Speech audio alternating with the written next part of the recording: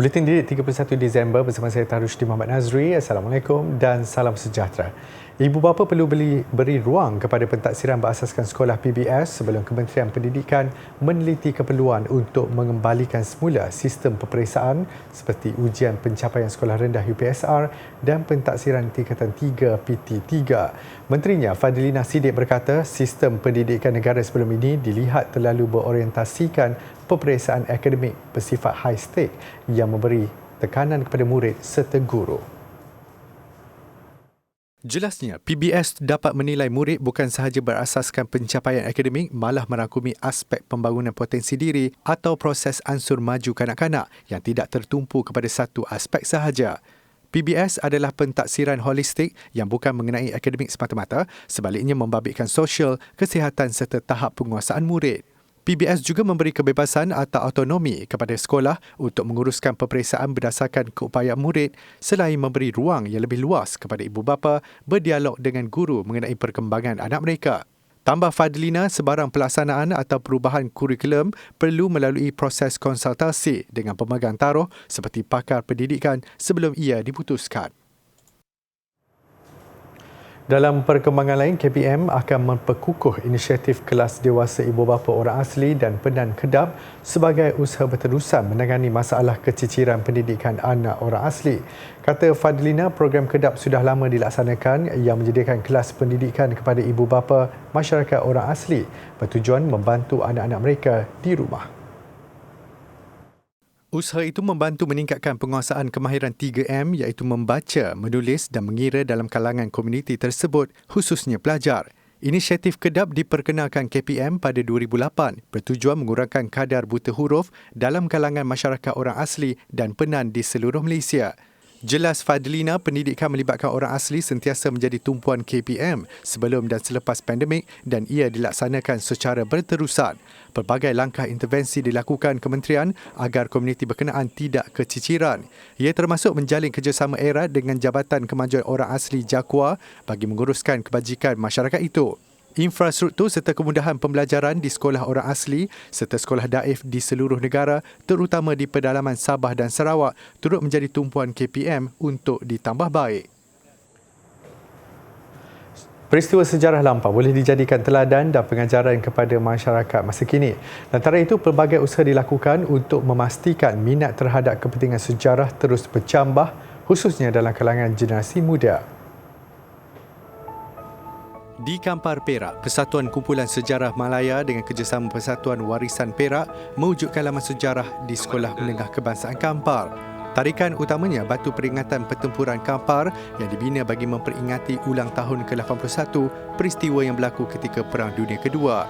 Pertempuran sengit pada 30 Disember 1941 hingga 2 Januari 1942 membabitkan cubaan tentera British menahan kemarahan Jepun di Tanah Melayu. Pada kami, Kampar ini adalah satu kawasan yang mempunyai nilai sejarah yang banyak lah. Dan salah satunya adalah pertempuran Kampar. Jadi untuk kita memastikan bahawa peminat, pengunjung dan juga pelancong mengetahui sejarah Kampar ni, terutama dari segi pertempuran Kampar ni, mereka boleh datang melihatlah kawasan SK Kampar ni untuk melihat dan membaca buku yang kita telah pasang lah. Tambahnya, Kampar antara 16 lokasi yang mempunyai nilai sejarah yang penting di Perak ketika zaman penjajahan British dan Jepun. Menariknya, orang ramai juga boleh mengunjungi laman berkenaan. Menurut Setiausaha Persatuan Warisan Perak yang juga guru sejarah SMK Kampar, Nur Hisham Zulkifli, laman sejarah ini dibina berdasarkan garis masa yang terdapat dalam sukatan buku teks sejarah. Turut ditonjolkan peristiwa penting yang berlaku sepanjang Perang Dunia Kedua di Kota Baru Kelantan, Jitra Kedah sehinggalah Singapura. Benda ni termasuk dalam sukatan pelajaran di sekolah. Jadi benda ni menjadi salah satu idea untuk kita pembelajaran di luar bilik darjah. Jadi kita harap dengan ada laman ni pelajar yang ada di sekolah kita boleh mempelajari sesuatu di luar bilik darjah lah dengan sukatan dan silibus yang baru kan. So dengan cara dan metod yang lebih menarik.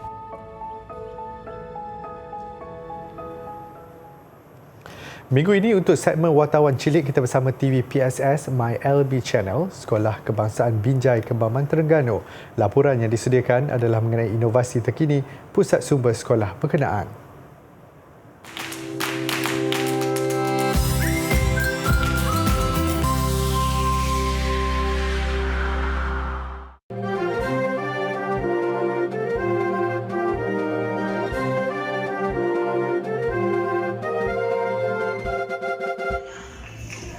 Dipersilakan Sekolah Kebangsaan Binjai Terengganu.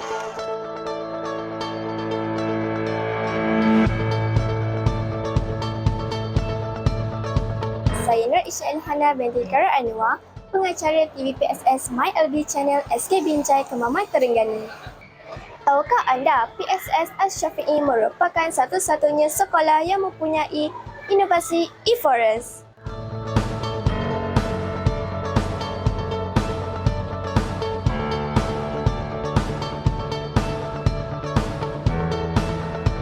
Di dalam e-forest ini terdapat 3 inovasi yang menjadi tarikan pengunjung.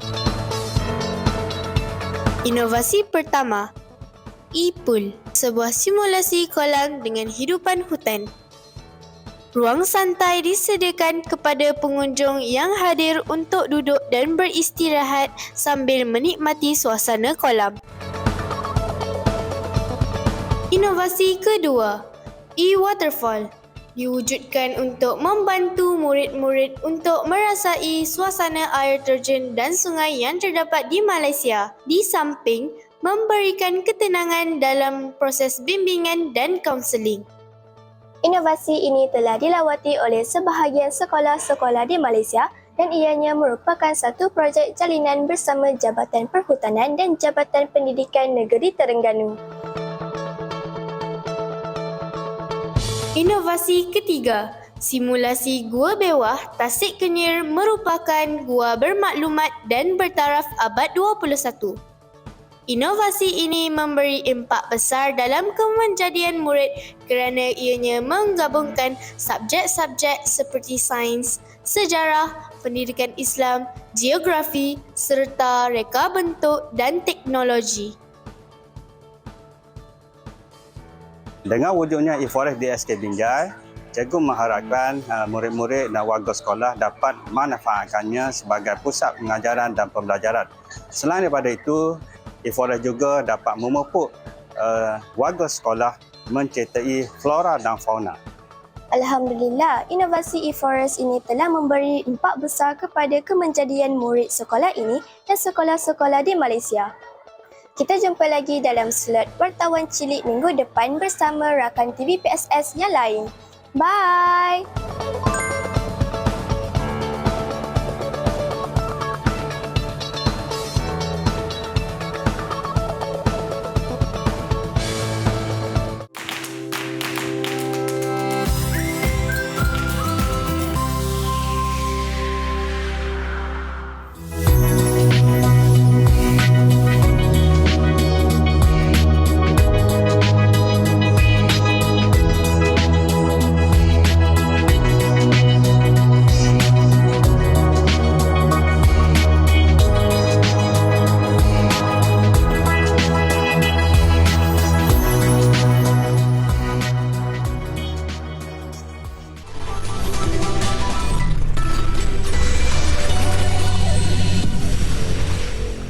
Bertemu kembali. Ketika cuti persekolahan, lazimnya ibu bapa yang paling sibuk menguruskan anak-anak. Ada yang merancang untuk melancong, tidak kurang yang memilih untuk balik kampung supaya anak-anak boleh meluangkan masa bersama nenek dan datuk. Namun lain pula kisahnya di Dungun Terengganu apabila sebilangan ibu bapa menjadikan kawasan paya dan tali air sebagai tempat menghabiskan cuti sekolah dengan mengairi ikan sungai. Tinjauan di Kampung Rubatil di Mukim Rantau Abang mendapati ramai ibu bapa memilih aktiviti itu untuk menghabiskan masa bersama anak-anak. Diibaratkan satu pesta, ada juga keluarga yang berkelah sambil memancing. Pemancing yang ditemui berkata banjir yang melanda daerah itu menyebabkan banyak spesies ikan darat seperti ikan sepat, kaloi, haruan dan puyuh memenuhi kawasan paya dan tali air. Ramai cuti kita. Kalau budak-budak kampung ni tetap petang ada sini. Budak kampung sini, kampung Rubatil, kampung baru Kuala Abang, sini mari. Mengambilkan hobi ambil suasana tu. Itu dah. Masa Tugu sini memang ramai orang sebab suka banyak ikan sini. Segi tempat pun memang strategik untuk budak-budak ke. Jadi duduk dalam sangat. Memang suka budak-budak. Memang suka budak-budak mari sini. Kayaknya kita pedanglah kawan dia ni. Saja-saja. Biasa saya tak ada suka ikan-ikan macam ni. Saja nak cuba. Sebab ni takut. Ni nak beranikan diri lah sikit. Lagipun budak-budak semua suka mancing. Kita bawa dia je lah. Hari cuti ni kan. Menurut ibu bapa, aktiviti begini sedikit sebanyak dapat mengurangkan rasa kecewa anak-anak yang tidak dapat pergi bercuti pada musim sekolah selain diberi pendedahan tentang hobi memancing yang digemari mereka ketika zaman sekolah dahulu. Perbadanan Tabung Pendidikan Nasional PTPTM menyalurkan peruntukan RM142,000 kepada 284 penuntut institusi pengajar tinggi untuk membantu meringankan beban kewangan mereka. Pengerusinya Dr. Apli Yusof berkata bantuan secara bayar sekali itu dilaksanakan menerusi program bantuan pengajian KPT PTPTN Prihatin. Program itu adalah antara beberapa inisiatif yang dilaksanakan sepanjang tahun ini dalam usaha membantu penuntut dan memartabatkan sektor pendidikan tinggi negara. Setiap penuntut yang layak akan menerima bantuan RM500 yang disalurkan ke dalam akaun bank mereka. Setakat 30 November lalu, PTPTN telah membantu 3.77 juta penuntut untuk melanjutkan pengajian ke IPT. Ia membabitkan jumlah pinjaman RM68.22 bilion. Perbadanan itu juga membantu penuntut baharu membuat persediaan awal untuk mendaftar masuk ke universiti awam dan politeknik menerusi pemberian wang pendahuluan pinjaman WWP. Dari 1999 hingga November tahun ini, 960,882 penuntut menerima manfaat itu dengan peruntukan RM1.42 bilion.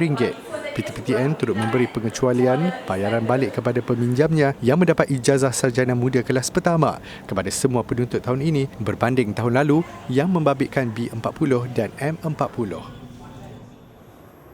Susulan fasa endemik, ramai usahawan yang menarik nafas lega apabila perniagaan mereka kembali berjalan seperti biasa setelah hampir 2 tahun terjejas teruk. Antara industri yang dimaksudkan ialah catering. Namun, di sebalik bidang perniagaan yang melibatkan makanan, terdapat beberapa mentaliti utama yang perlu dititik beratkan pengusaha. Segmen Kejaya minggu ini berkongsi pengalaman Kejaya sebagai pengusaha catering. Merupakan pemegang ijazah sarjana muda jurusan perniagaan keusahawanan dari Universiti Utara Malaysia UUM, Helmi Effendi Chiu mula berjinak-jinak dalam bidang perniagaan secara kecil-kecilan selepas menamatkan pengajian pada 2006. Tahun demi tahun, perniagaan silih berganti. Kini dibergelar seorang pengusaha catering. Saya mula daripada umur 23, kita buat perniagaan makanan, pernah berniaga di Bazar Ramadan, pernah berniaga di gerai makan, restoran, cafeteria and tenda-tenda kerajaan lah. Lepas daripada tahun 2012 tu saya mula berkecimpung untuk membuat perniagaan catering lah. Pada awalnya memang agak susah sebab kita belum ada networking, and then kelengkapan kita pun agak terhad, so modal kita pun agak kecil masa tu. Dan alhamdulillah step by step, langkah demi langkah, dan sekarang kita mampulah untuk membuat catering lebih daripada 15,000 packs lah untuk satu minggu lah, untuk Jumaat, Sabtu, Ahad. Tambahnya, perniagaan catering agak unik dan memerlukan disiplin yang sangat tinggi. Kebolehan memasak juga antara kemahiran bonus yang boleh diguna pakai dalam perniagaan ini. Bercakap tentang mentaliti yang diperlukan seseorang khususnya dalam bidang catering, ini pendapat Helmi. Mana-mana organisasi, mana-mana dalam perniagaan, you kena ada waste management lah. Maksudnya, you ada sumber bahan mentah, dan kita dalam perniagaan catering ni, kita memang perlu gunakan bahan mentah kita ni secara optimum. So, kita tidak boleh membazir. So, kita kena gunakanlah, orang kata fully utilize lah apa barang yang kita ada, kita kena gunakan untuk dapatkan output yang maksimum. Dalam pada itu, catering katanya adalah antara industri yang luas. Ia terbahagi kepada sektor kerajaan, korporat dan majlis sosial. Justru, bidang ini secara tidak langsung turut mendahagakan pelapis-pelapis muda bagi meneruskan legasi untuk jangka panjang. Satu perniagaan yang sangat lumayan lah dalam industri sebab setiap tahun you akan bertambah. Jarang orang tak makan, jarang orang tak buat majlis sosial. Okey, semua akan berkahwin, semua akan buat majlis sosial dan diorang perlukan makanan. So kalau untuk kepada pelajar-pelajar, student yang dekat luar sana, kalau you all nak cuburi belajar dalam bidang catering, sebenarnya education tu penting. Memang pendidikan kita memang kita penting lah, tetapi yang paling utama ialah minat you all. Kalau you all minat, you all belajar betul-betul. You boleh ambil kursus, pergi belajar untuk masakan, kursus culinary, macam mana you all set up semua event-event semua, okay. And then kalau you all dah belajar untuk set up bisnes makanan, you all akan tahu macam mana prosedur. Jelasnya, usahawan muda perlu mempunyai sijil khusus makanan sekaligus mendapatkan suntikan imunisasi typhoid TY2 untuk pengendali makanan. Helmi juga berharap lebih ramai usahawan muda dapat menceburi bidang catering pada masa sama membawa industri ini ke peringkat lebih jauh.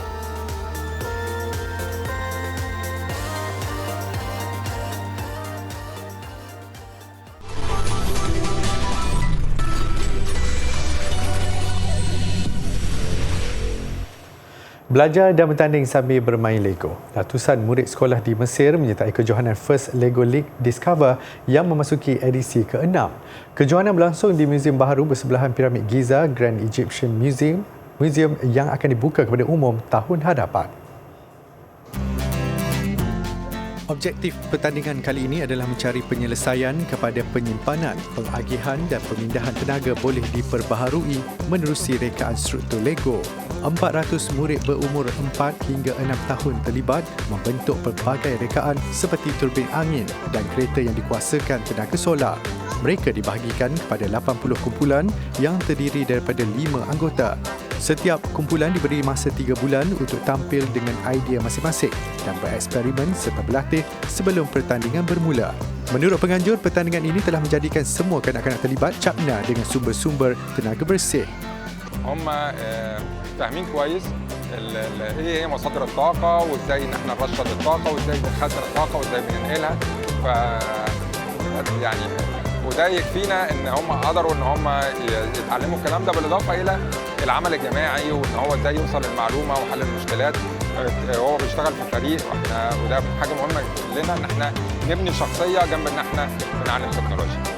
Ibu bapa yang hadir juga menyifatkan ini adalah peluang unik untuk kanak-kanak mempelajari tentang tenaga boleh diperbaharui dan memahaminya melalui blok-blok Lego. Seorang kartunis di Gaza membawa isu berkaitan kanak-kanak menerusi karya animasi gerak henti atau stop motion yang dihasilkannya. Picture and Story adalah projek Ola Barakat yang menceritakan kisah manusia yang terkesan akibat diskriminasi dan keganasan di Palestin. Menurut Ola, dia memilih isu berkaitan kanak-kanak dengan menampilkan watak mereka dalam pelbagai senario menerusi filem kartun yang mudah difahami dan boleh menyampaikan mesej. عن طريق الأفلام الكرتون أنت قادر تعرض قضايا وتحكي عن كتير أمور بشكل بسيط وسلس إنه يوصل للناس ويوصل للجمهور أكثر وإنه يوصل لقلوب الناس أكثر. Mula berjinak-jinak dalam bidang ini pada 2017, filem pertamanya menceritakan tentang peperangan di Gaza pada 2014 yang meninggalkan kesan kepadanya sehingga kini. Ola bekerja dengan pelbagai persatuan tempatan dan sering menyertai festival-festival filem di luar negara termasuk Itali. Pembikinan kartun stop motion adalah proses yang panjang bermula dengan pembinaan watak sehinggalah memasukkan rakaman suara, muzik dan proses syutingan. Filem terakhir dihasilkan Ola mengambil masa lebih sebulan berikutan pelbagai cabaran dilaluinya di Gaza termasuklah gangguan bekalan tenaga berterusan. Dia berharap filem animasi beserta mesej ini mampu disebarkan lebih luas dan meningkatkan kesedaran tentang pelbagai isu kemanusiaan.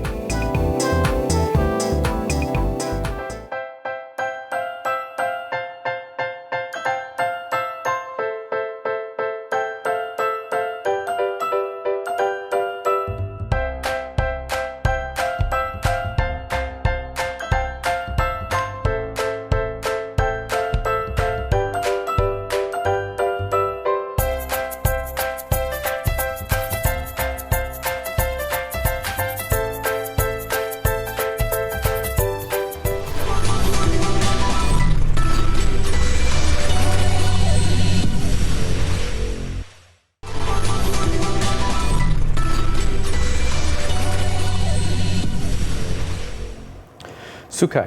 Penyerang sensasi Portugal, Cristiano Ronaldo kini atlet dengan gaji tertinggi dalam arena bola sepak selepas dia sah menyertai klub Arab Saudi Al Nassr. Ronaldo akan menerima 177 juta pound atau 943 juta ringgit setahun menerusi kontrak perjanjian selama 3 tahun. Ronaldo, 37 tahun, menjadi ejen bebas sejak meninggalkan Manchester United bulan lalu. Ia susulan komennya dalam sesi temubual eksklusif yang secara terang-terangan mengkritik kelab dan pengurus Manchester United, Erik ten Hag. Ironinya, perjanjian ini muncul 6 bulan selepas Ronaldo menolak tawaran satu lagi kelab Arab Saudi iaitu Al Hilal yang sanggup membayar gaji 305 juta pound setahun selepas mendakwa dia selesa di United. Al Nassr dalam satu kenyataan menyifatkan kehadiran Ronaldo sebagai momen sejarah dalam pembikinan, malah tidak sabar untuk melihatnya beraksi menyarung jersey kebanggaan mereka. Untuk rekod, Ronaldo mencipta sensasi pada kempen Piala Dunia baru-baru ini apabila dia menjadi pemain pertama yang menjadikan gol pada 5 edisi yang berbeza. Bola sepak Piala AFF 2022, Singapura dan Vietnam berkongsi mata apabila terikat tanpa jaringan dalam aksi kumpulan B di Stadium Jalan Besar semalam. Vietnam yang juga juara 2008 dan 2018 lebih menguasai permainan, namun disiplin tinggi Singapura menyaksikan pelawat gagal mencipta peluang terbaik. Kebuntuan jaringan Vietnam berterusan pada babak kedua menyaksikan kedudukan 0-0 kekal hingga tamat permainan. Vietnam kekal di kedudukan teratas kumpulan B, kongsi 7 mata dengan Singapura di kedudukan kedua. Justru Harimau Malaya wajib menang ke atas skuad kendalian Takayuki Nishigaya dalam aksi terakhir kumpulan di Stadium Nasional Bukit Jalil Selasa ini untuk ke separuh akhir. Baik, kurang 5 jam sahaja lagi kita akan melangkah ke tahun baru. Sebelum Buletin Didik 2022 menutup tirai tahun ini, kita ikuti sedikit pesanan daripada Menteri Pendidikan Fadlina Siddiq. Kedatangan tahun baru 2023 diharap dapat membuka lembaran baru kepada semua pihak. Semoga 2023 menjanjikan masa depan yang lebih baik untuk kita semua. Kepada anak-anak yang akan menduduki ujian akhir sesi akademik pada Januari ini, pastikan berada dalam keadaan yang tenang, sihat, makan cukup, tidur cukup dan rehat pun mesti cukup. Dan bagi calon SPM 2022 yang akan menduduki peperiksaan utama pada Februari ini, saya doakan kecemerlangan untuk anda semua. Sekian, terima kasih. Assalamualaikum warahmatullahi wabarakatuh. Mengakhiri Buletin Didik, saksikan persiapan menyambut tahun baru di lokasi ikonik Times Square di New York. Saya Tarushdin Muhammad Nazri, selamat menyambut tahun baru 2023. Salam hormat dan jumpa lagi.